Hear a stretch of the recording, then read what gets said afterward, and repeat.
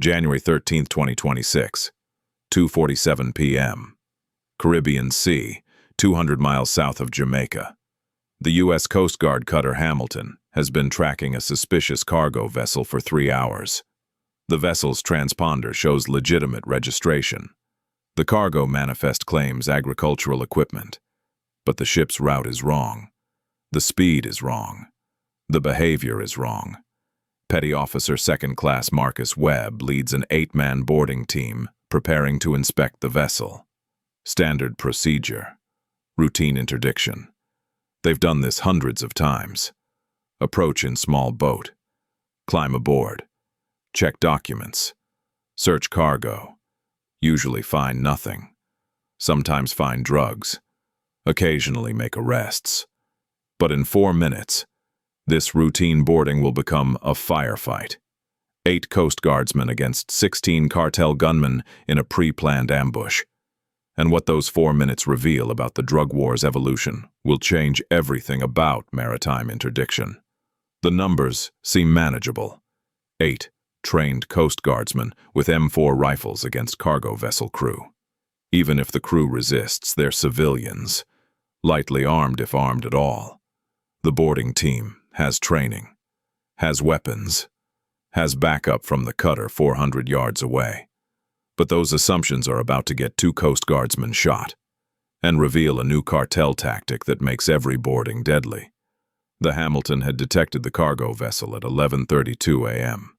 Radar contact, moving northeast, away from Central America, toward international shipping lanes. The watch officer noted it, ran the transponder.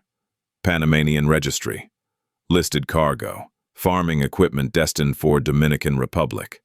Nothing suspicious on paper. But the route was wrong. Ships carrying legitimate cargo from Panama to Dominican Republic don't transit 200 miles south of Jamaica. They take direct route. Shorter, cheaper, faster. This vessel was taking the long way, through waters known for drug trafficking, through areas where Coast Guard patrols were lighter. The Hamilton's captain, Commander Sarah Chen, ordered intercept. The cutter altered course, increased speed. By 1:15 p.m., they were alongside the cargo vessel. Radio contact established. The vessel's captain claimed engine trouble, said they deviated from planned route due to mechanical issues, said they were limping toward nearest port. It was plausible. Ships have mechanical problems. Engines fail. Routes change. But something felt wrong. Commander Chen had 15 years Coast Guard experience. She'd learned to trust instincts. Ordered boarding and inspection. At 2:43 p.m., the boarding team prepared. 8 Coast Guardsmen, led by Petty Officer Webb, all carrying M4 rifles, body armor, radios, standard boarding gear. They climbed into the rigid hull inflatable boat, deployed from Hamilton's stern, motored toward the cargo vessel. 400 yards. The sea was calm, weather clear, textbook conditions. As they approached, Webb observed the cargo vessel's crew. 7 men visible on deck, standing at the rail, watching the boarding team approach. Normal behavior. Crews always watch boardings. Curious. Sometimes nervous. Usually cooperative.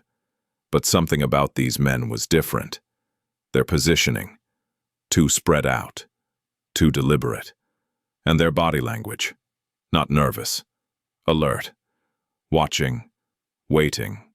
Webb keyed his radio. Hamilton boarding team. Crew positioning appears tactical. Request overhead observation.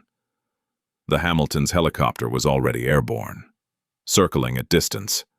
The pilot responded. Boarding team, Hamilton Air. I have visual on vessel.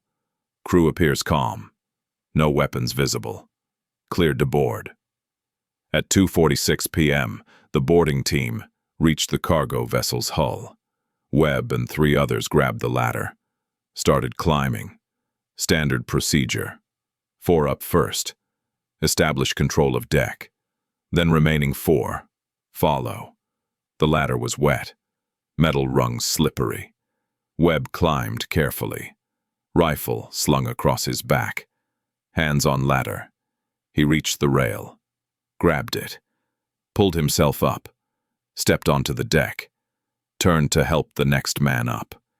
That's when he saw them, the cargo vessel's crew, pulling weapons from behind containers, AK-47 rifles, not hidden anymore, raised, aimed, at the boarding team. Webb had 1 second to react. 1 second between seeing the weapons and the first shot. He grabbed his rifle, started to swing it forward. Too slow. The cartel opened fire first. Stay with me. Because what happens in the next 90 seconds determines whether 8 Coast Guardsmen die on this deck. And why they almost did reveals something nobody expected about how cartels are changing tactics. The first burst of automatic fire hit the deck around Webb's feet. Concrete sparks, ricochets. He dove behind a container. His 3 teammates scrambled for cover, but one didn't make it. Seaman Jake Morrison took 2 rounds to his plate carrier. The ceramic plates stopped both rounds, but the impact knocked him flat. Stunned, vulnerable. Webb grabbed Morrison, dragged him behind cover. The cartel kept firing. Heavy volume, disciplined bursts. These weren't random criminals. These were trained fighters. Military tactics. Coordinated fire. This was an ambush. Planned. Prepared. Waiting for the boarding team. The 4 Coast Guardsmen still in the boat saw the firefight erupt. They couldn't board. Climbing the ladder meant getting shot. They returned fire from the boat. M4 rifles aimed up at the deck. But the angle was wrong. They couldn't see targets. Just the rail. Just muzzle flashes. Their fire suppressed but didn't eliminate the threat. Webb radioed the Hamilton. Contact! Contact! We're taking heavy fire. At least 10 gunmen. We need immediate support. Commander Chen's response was immediate but devastating. Boarding team, we cannot engage. You're in our line of fire. Helicopter is moving to engage. Hold your position. Hold position. Against 16 gunmen, with 4 men on deck and 4 in boat, with limited ammunition and no cover. Hold position while the helicopter repositioned. How long? 30 seconds? 60? More. Webb assessed his tactical situation. 4 men on deck, pinned behind containers. Morrison was hit. Not seriously, but out of the fight. That left 3 effective fighters. Against how many cartel gunmen? He'd seen at least 8. Probably more he couldn't see. And they had the deck. Had positions. Had prepared firing points. The boat crew couldn't help. Couldn't board. Couldn't effectively engage from below. The Hamilton couldn't help. Too close. Any fire from the cutter's weapons would hit the boarding team. The helicopter was repositioning. But that took time. Time the boarding team didn't have. Webb made a decision. Aggressive action. Sitting behind cover meant dying slowly. Ammunition would run out. The cartel would flank them. Would get grenades. Would overwhelm them. Only chance was disrupting the ambush. Breaking their plan. Covering fire. I'm moving. Webb leaned around the container. Fired controlled bursts. Aimed shots at visible muzzle flashes. His teammates did the same. The cartel fire slackened slightly. Surprised by aggression, Webb moved. Sprinted across open deck. 15 feet. Found new cover behind a winch. Better angle. Could see more of the deck now. He counted targets. 8 visible. All armed. All shooting. Where were the others? The helicopter had counted 7 crew, but intelligence suggested at least 15. Where were the rest? Below deck? In the superstructure? Waiting to flank. At 2:48 p.m., 2 minutes into the firefight, The cartel tried exactly that. 4 gunmen emerged from a doorway behind the boarding team. Flanking position. Perfect angle. The Coast Guardsmen were focused forward. Wouldn't see the threat until too late. But the boat crew saw them. Opened fire. 4 M4 rifles from below. The angle was better now.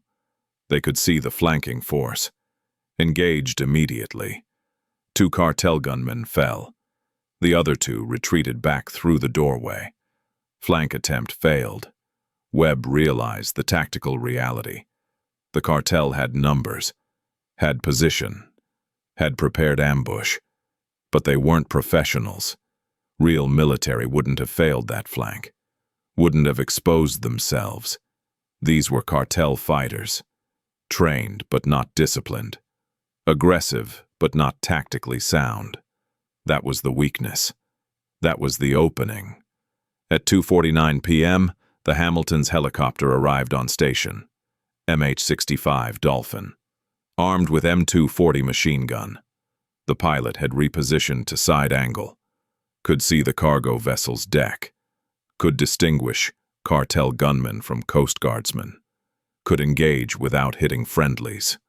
The door gunner opened fire. The M240 hammered, tracer rounds streaking down.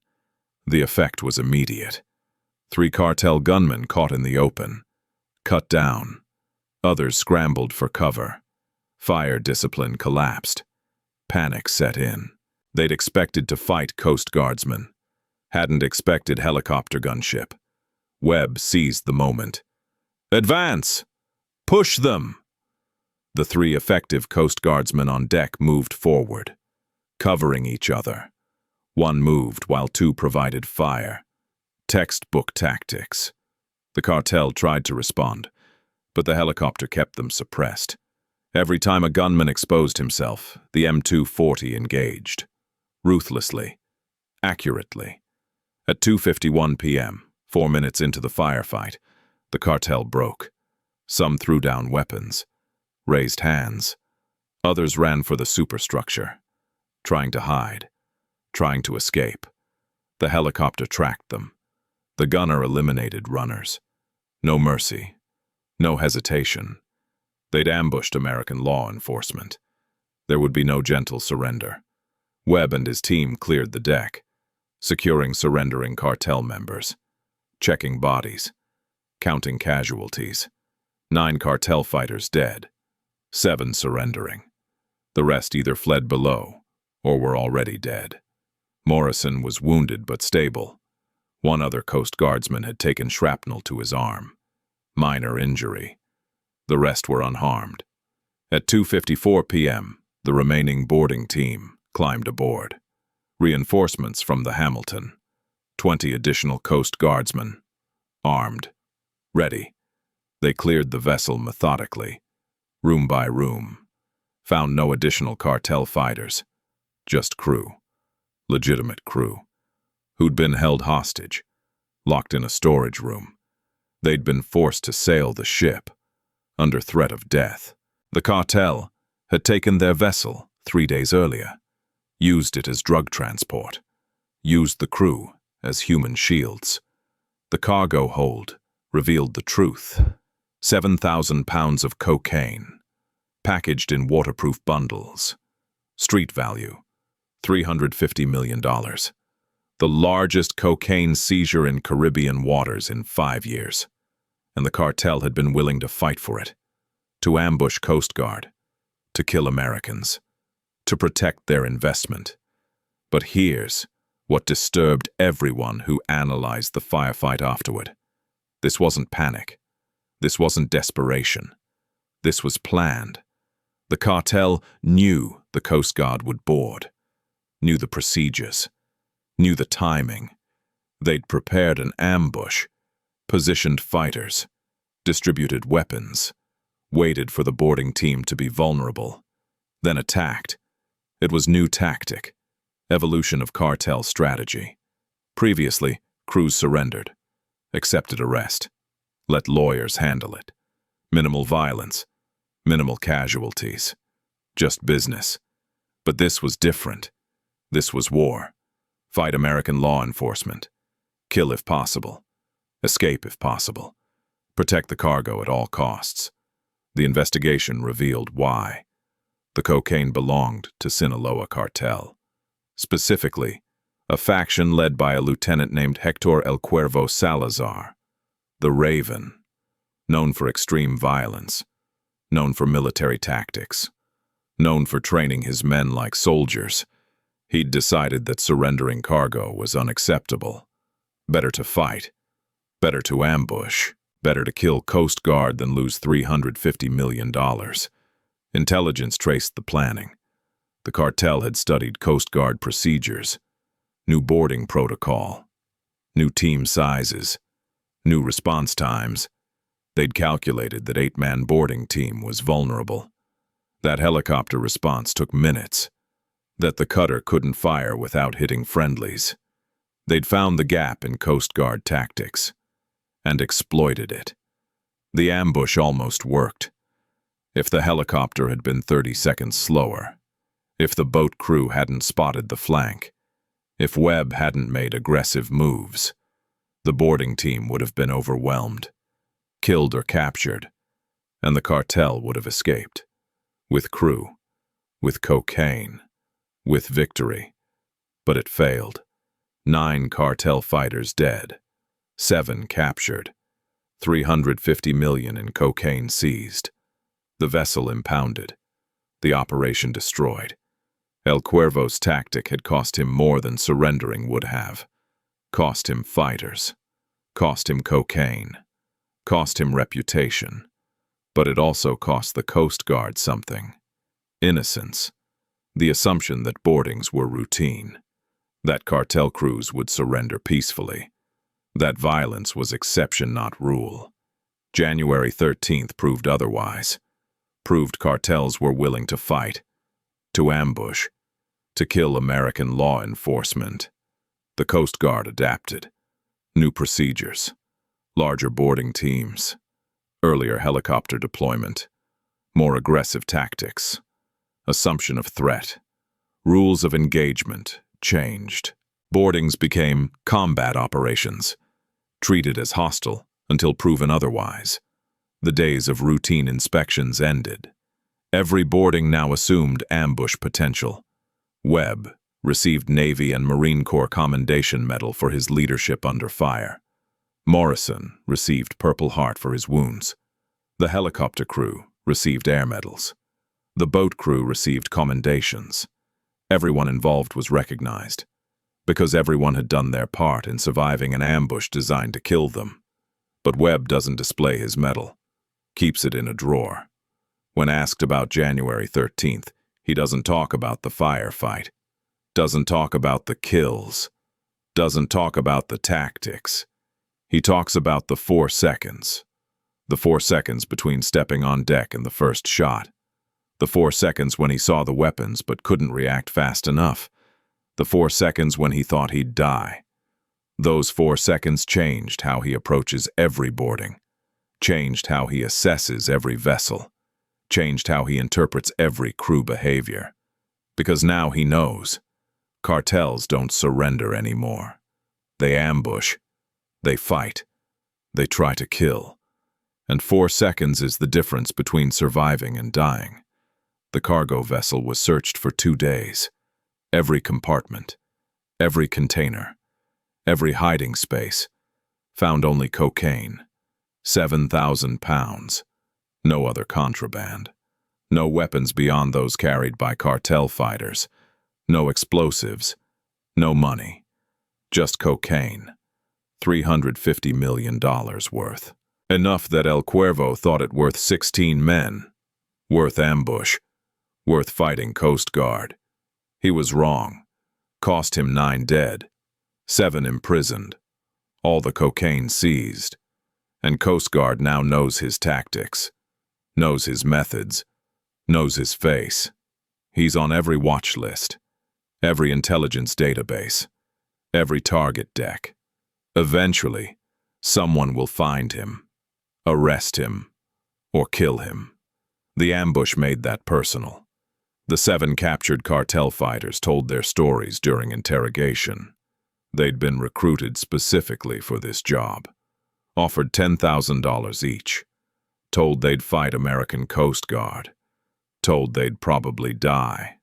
Some accepted for money, some for loyalty, some for fear. El Cuervo doesn't accept refusal. They'd trained for 2 weeks, practiced boarding scenarios, learned Coast Guard tactics, prepared positions on the vessel, then waited, sailing with 7,000 pounds of cocaine, waiting for interdiction, waiting for boarding team, waiting to spring ambush. 3 days of sailing, 3 days of waiting, for 4 minutes of firefight. Most expected to die. Surprised they survived. Surprised helicopter didn't kill them. Surprised Coast Guard accepted surrender after they'd fired first. They didn't understand American rules of engagement. Didn't understand that once you surrender, you're protected. They'd expected execution. Instead got arrest, trial, prison, life sentences for attempted murder of federal officers. But they're alive. 9 of their fellows aren't. Shot down by helicopter. Killed in firefight. Bodies returned to Mexico. Families compensated by El Cuervo. Standard cartel procedure.